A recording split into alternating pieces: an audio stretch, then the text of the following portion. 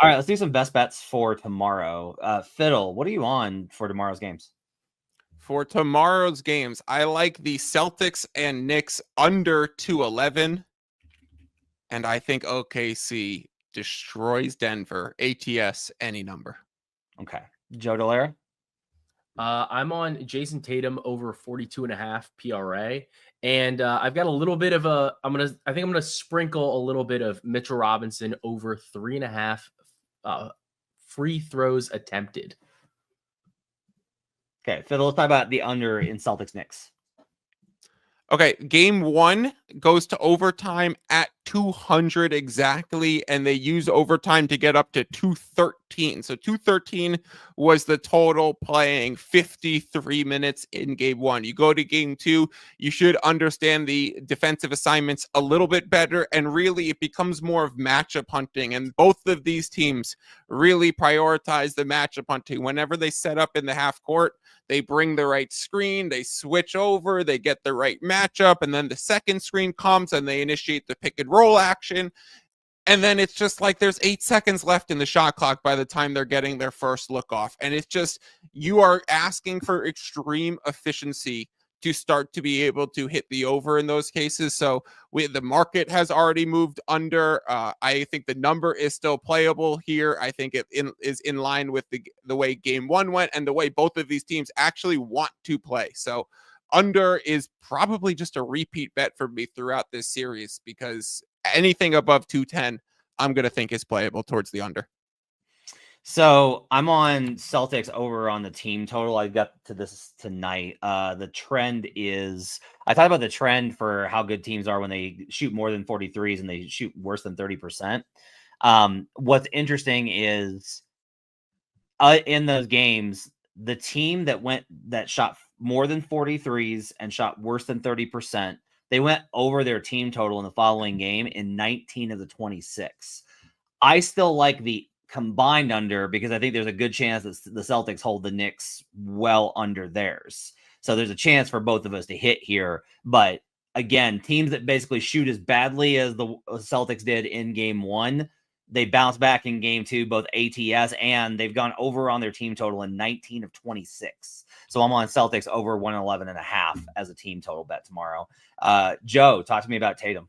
Yeah, I mean, Tatum just kept chucking the ball up. Like, he's going to get his shots. He's going to get his opportunities. And he was coming off screens a ton and just firing 3-point shots. Took 15 threes. 15. That's a lot of threes. He made 4. Like, he's going to keep shooting them. He's always going to have the green light.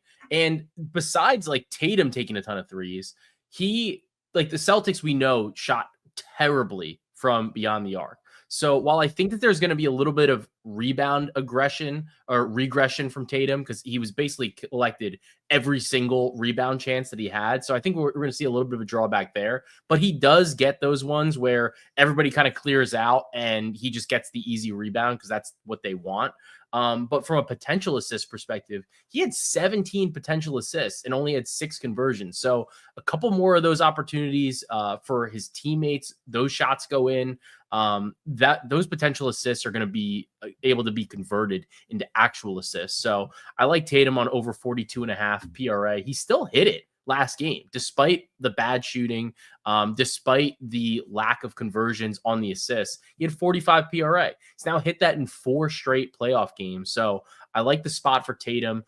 He's hit this as well in 5 straight games against the New York Knicks. So I think it's a really good spot to back Tatum in what I think is essentially, it's not necessarily a must-win game, but I think based on the numbers that you were just giving us, Matt, about the Cavs, this is kind of like a must-win game for the Boston Celtics. Boston doesn't have the same exact injury issues that Cleveland did, where Cleveland's missing 3 guys.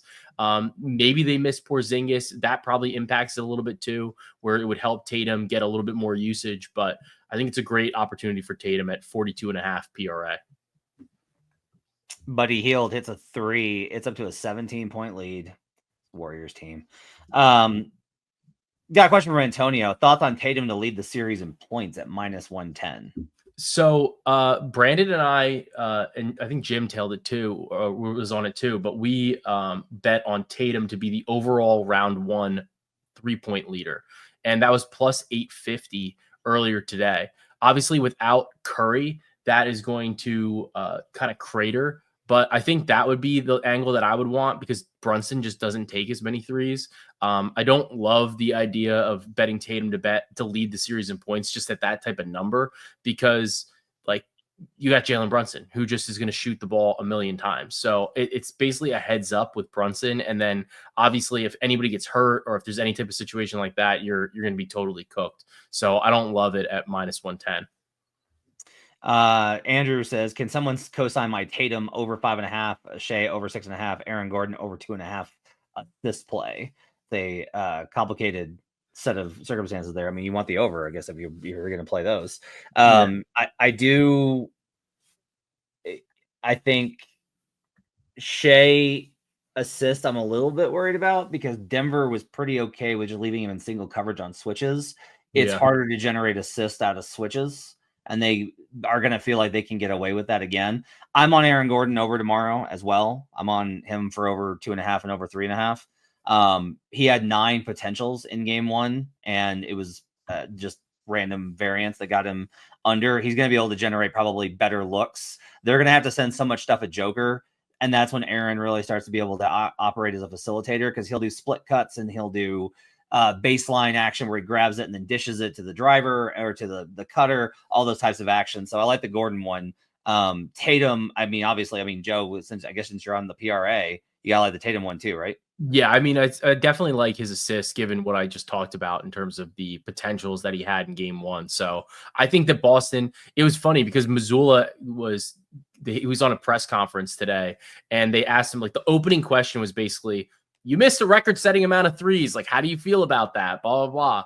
And then they like a couple questions later, then somebody asked a thing. It was like, well, New York, like they were great. They made this comeback, blah, blah, blah. And he responded, he was like, well, what did they shoot in the second half?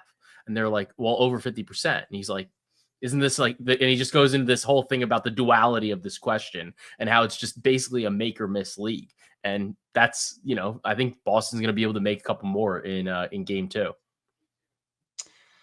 Okay. Fiddle, I want to ask you if tomorrow the Thunder, let's say the Celtics and the Thunder bounce back and they take care of business, as most teams do coming off of this. Because you mentioned you like the Thunder to take care of business tomorrow. What should people be on the lookout for how the market's going to move on game 3 after, both road teams stole game 1, bounce back, it's even. If that happens, which we don't know for sure, because, hey, Pacers took 2-0. What should people be looking for in the market based off of that projected outcome? So I think it's an unbelievable question, Matt. Like, such a good question. So let me give you a great answer and a response. It matters more where the lines close. And then, of course, we'll get the results. And you're saying the results go OKC covers, Boston covers, right? So it's going to move 6 points back the other direction, almost regardless of if OKC wins by 11, 25, 36, really, unless there's no injury, it will be OKC -5 or maybe 5.5 going back to Denver. And the reason for that is because now you're saying to me, OKC is going to win, Boston's going to win. So we're going to get very standard pricing, no clear desperation angle, 1-1 in the series, going back to the underdogs with the venue change. If there was a 0-2 situation like we do with Cavs Pacers, you would get a further desperation angle priced in. If there was an injury, you'd get that further injury news priced in. And so a lot of things that have been happening this season, Matt, is the zigzag pricing. So it's like, it's almost the exact opposite of the results that we see is the way the next game is priced. So Lakers -4 in game 1 against the Wolves. They lose -5.5 in game 2. You look at the Rockets, -2.5 in game 1 against the Warriors. They lose -4.5 in game 2. So the lines are going actually opposite the results because they're pricing in desperation as a real angle that matters, which is true, and motivation is real,